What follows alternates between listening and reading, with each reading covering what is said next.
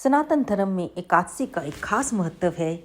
वह व्रत जो भगवान श्री विष्णु और माँ लक्ष्मी को समर्पित होता है। इस शुभ तिथि पर भगवान विष्णु माँ लक्ष्मी की पूजा अर्चना करने का विधान तो है ही, क्योंकि ऐसा माना जाता है कि ऐसा करने से भगवान की कृपा प्राप्त होती है और हर मनोकामना पूर्ण होती है, जीवन में खुशियों का आगमन होता है। तो इस वीडियो में हम जानेंगे कि फरवरी में आने वाली विजया एकादशी कब है और ये व्रत किस दिन रखा जाएगा, इसका क्या शुभ मुहूर्त रहेगा, इसका क्या पारण समय रहेगा, इस व्रत की कथा कौन सी है। इस बार विजया एकादशी की तिथि को लेकर लोगों में फिर असमंजस की स्थिति बन रही है। कुछ लोग विजया एकादशी 23 फरवरी की बता रहे हैं, कुछ विद्वान 24 फरवरी की बता रहे हैं। तो हमारी ये वीडियो इसी कन्फ्यूज़न को दूर करने के लिए है। पंचांग के अनुसार फागुन मास के कृष्ण पक्ष की एकादशी तिथि की शुरुआत 23 फरवरी को दोपहर 1:55 पर हो रही है और इसका समापन 24 फरवरी को दोपहर 1:44 पर होगा। इसलिए विजया एकादशी का व्रत 24 फरवरी को किया जाएगा। इस दिन आप सुबह शुभ मुहूर्त में उठकर नहा लें, अपने घर के मंदिर को साफ कर लें और भगवान श्री विष्णु के जिस स्वरूप का भी आपके पास चित्रपट है, या स्वरूप है, या लड्डू गोपाल जी हैं, उनका अभिषेक करके घी की जोत जगा के भगवान श्री विष्णु को फल फूल धूप दीप नैवेद्य अर्पित करें। और व्रत रख रहे हैं तो उसका संकल्प लें कि आप किस तरह से ये व्रत रखने जा रहे हैं। फलाहार या एक समय नमक का भोजन करेंगे, जिसमें आप सेंधा नमक से बनी हुई कुट्टू की आटे की रोटी खा सकते हैं। और अगर आप इसे सिर्फ फल खाकर या दूध चाय पीकर रखना चाहते हैं तो भी अपने संकल्प में अवश्य कहिए। और अगर किसी मनोकामना की पूर्ति के हेतु आप इस व्रत को रखना चाह रहे हैं तो वह भी भगवान के समक्ष अवश्य करें। वह आखिर में हमारे जगत पिता जगत माता हैं। वे हमारे दुख नहीं दूर करेंगे तो और कौन करेगा। वे हमारी प्रार्थनाओं को नहीं सुनेंगे तो और कौन सुनेगा। जैसे एक छोटा सा बालक अपने माँ बाप से कहता है हर चीज़ की चाह को पूरी करने के लिए, उसी प्रकार जब हम सनातन धर्म में हम कोई व्रत रखते हैं तो उस व्रत की जो देवता को देवी को समर्पित होता है तो उनसे हम अपने प्रार्थना भी रखते हैं ताकि हम उनसे अपने मनोवांछित फल की प्राप्ति कर सके, अपनी मुश्किलों को दूर कर सके। इस दिन आप भगवान श्री विष्णु के सहस्त्र स्तोत्र का पाठ कर सकते हैं। सहस्त्र नाम स्तोत्र का ओम नमो भगवते वासुदेवाय महामंत्र का जाप कर सकते हैं। श्री कृष्ण गोविंद हरे मुरारी हे नाथ नारायण वासुदेवाय।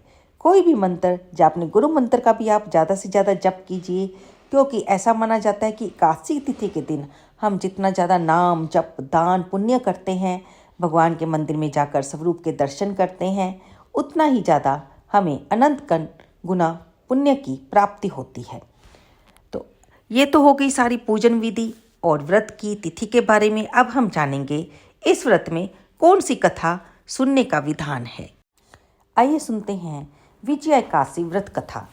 युधिष्ठिर ने पूछा, वासुदेव, फागुन के कृष्ण पक्ष में किस नाम की एकादशी होती है और इसकी क्या कथा है। तब भगवान श्री कृष्ण बोले, युधिष्ठिर, एक बार नारद जी ने कमल के आसन पर विराजमान होने वाले ब्रह्मा जी से प्रश्न किया, सुरश्रेष्ठ, फागुन के कृष्ण पक्ष में जो विजया नाम की एकादशी होती है, कृपया उसके पुण्य का वर्णन कीजिए। ब्रह्मा जी ने कहा, नारद सुनो, मैं एक उत्तम कथा सुनाता हूँ जो पापों का हरण करने वाली है।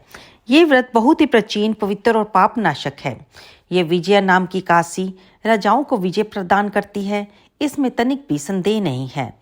पूर्व काल की बात है, भगवान श्री रामचंद्र जी 14 वर्ष के लिए वन में गए और वहां पंचवटी में सीता तथा लक्ष्मण जी के साथ रहने लगे।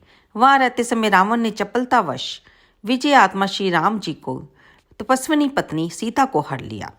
उस दुख से श्री राम जी व्याकुल हो उठे। सीता की खोज करते हुए वन में घूमने लगे।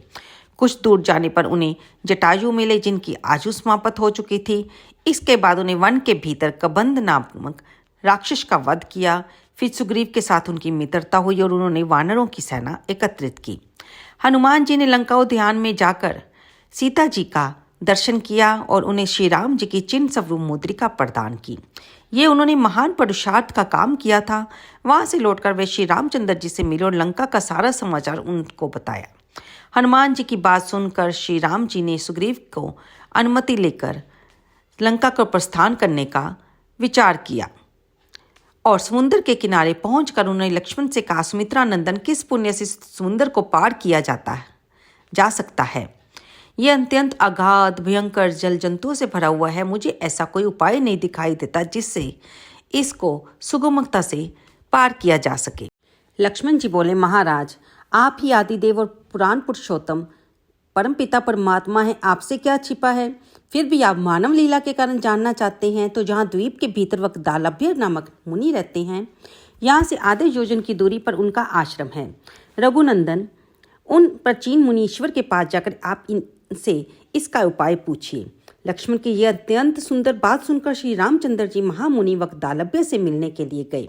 वहां पहुंचकर उन्होंने मस्तक झुकाकर मुनि को प्रणाम किया। मुनि उन्हें देखते ही पहचान गए कि ये तो पुराण पुरुषोत्तम श्री राम है, जो किसी कारणवश मानव शरीर में अवतीर्ण हुए हैं। उनके आने से महर्षि को बड़ी प्रसन्नता हुई। उन्होंने पूछा, श्री राम, आपका यहाँ कैसे आगमन हुआ? तब भगवान बोले, हे देव ऋषिवर, मैं आपकी कृपा से राक्षसों सहित लंका को जीतने के लिए सेना के साथ समुद्र के किनारे आया और किस प्रकार से मैं समुद्र को पार करूं, उसका उपाय आपसे जानना चाहता हूं। कृपया मुझ पर कृपा कीजिए। वक्दालभ्य ने कहा, श्री राम, फागुन के कृष्ण पक्ष में जो विजय नाम की एकादशी होती है, उसका व्रत करने से आपको निश्चय ही विजय होगी और आप वानर सेना को सहित समुद्र को पार कर लेंगे। तब राजन, इस व्रत को फलदायक विधि से सुनिए। दशमी का दिन आने पर एक कलश स्थापित करें। वह सोने, चांदी, तांबे अथवा मिट्टी का हो सकता है। उसको जल से भरकर उसमें पल्लव डाल दें। उसके ऊपर भगवान नारायण के स्वर्ण में विग्रह को स्थापित करें। फिर एकादशी के दिन प्रातःकाल स्नान करें। कलश को पुनः स्थिरतापूर्वक स्थापित करें। माला, चंदन, सुपारी, नारियल आदि के द्वारा विशेष रूप से पूजन करें। कलश के ऊपर सप्तधान और जौ रखें। गंध, धूप, दीप और नैवेद्य से भगवान श्री विष्णु का पूजन करें। कलश के सामने बैठकर सारा दिन उत्तम कथा, वार्ता आदि के द्वारा व्यतीत करें। रात में भी जागरण करें। अखंड व्रत की सिद्धि के लिए घी का दीपक जलाएं। फिर द्वादशी के दिन सूर्योदय होने पर उस कलश को किसी जलाशय के समीप, नदी, झरने या पोखरे के तट पर ले जाकर स्थापित करें। उसकी विधिवत पूजा करके देव प्रतिमा सहित उस कलश को वेद वेता ब्राह्मण को दान में दे दें। महाराज, कलश के साथ ही और बड़े बड़े दान भी देने चाहिए। श्री राम, आप अपने सेनापतियों के साथ इस विधि से प्रयत्नपूर्वक विजय का व्रत कीजिए। इससे आपकी अवश्य ही विजय होगी।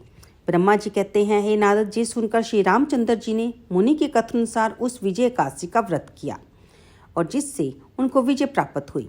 उन्होंने संग्राम में रावण को मारा, लंका पर विजय पाई, सीता को प्राप्त किया। तो जो मनुष्य इस विधि से व्रत को करते हैं, उन्हें इस लोक में भी विजय प्राप्त होती है और परलोक में भी उनको सुख की प्राप्ति होती है। और इस दिन जो भी दान पुण्य हम करते हैं, उसका अनंत गुना फल हमको मिलता है। तो दोस्तों, यदि भगवान श्री राम खुद मानव जीवन में जब आते हैं तो भी वे इन व्रतों का पालन करते हैं, तो हम संसारी जीवों की तो बात ही क्या है, जिनसे जाने अनजाने में कितने ही पाप हो जाते हैं। तो अपने पापों से मुक्ति पाने के लिए एक तरह से प्रायश्चित के रूप में भी हमें व्रत रखने चाहिए, ताकि हम जाने अनजाने में हुए पापों से भी छुटकारा पा सके, अपने मन को पवित्र पा सके, अपने में भक्ति का संचार कर सके। ये व्रत चाहे हम किसी भी धर्म में हों, अपने धर्म के अनुसार, जब हम धर्म के अनुसार धर्म के साथ साथ हम व्रतों का पालन करते हैं, तो हमारा श्रद्धा और विश्वास अपने इष्ट देव के प्रति बढ़ता है। तो उम्मीद करती हूँ कि आपको ये वीडियो पसंद आई होगी। कृपया से लाइक करें, शेयर करें, कमेंट बॉक्स में जय श्री विष्णु हरि लिखना बिल्कुल ना भूलें। 24 फरवरी को जब हम एकादशी का व्रत रखने जा रहे हैं, तो आपको मैं साथ में इसी वीडियो में बता दूं कि महाशिवरात्रि का व्रत 26 फरवरी को रखा जाएगा।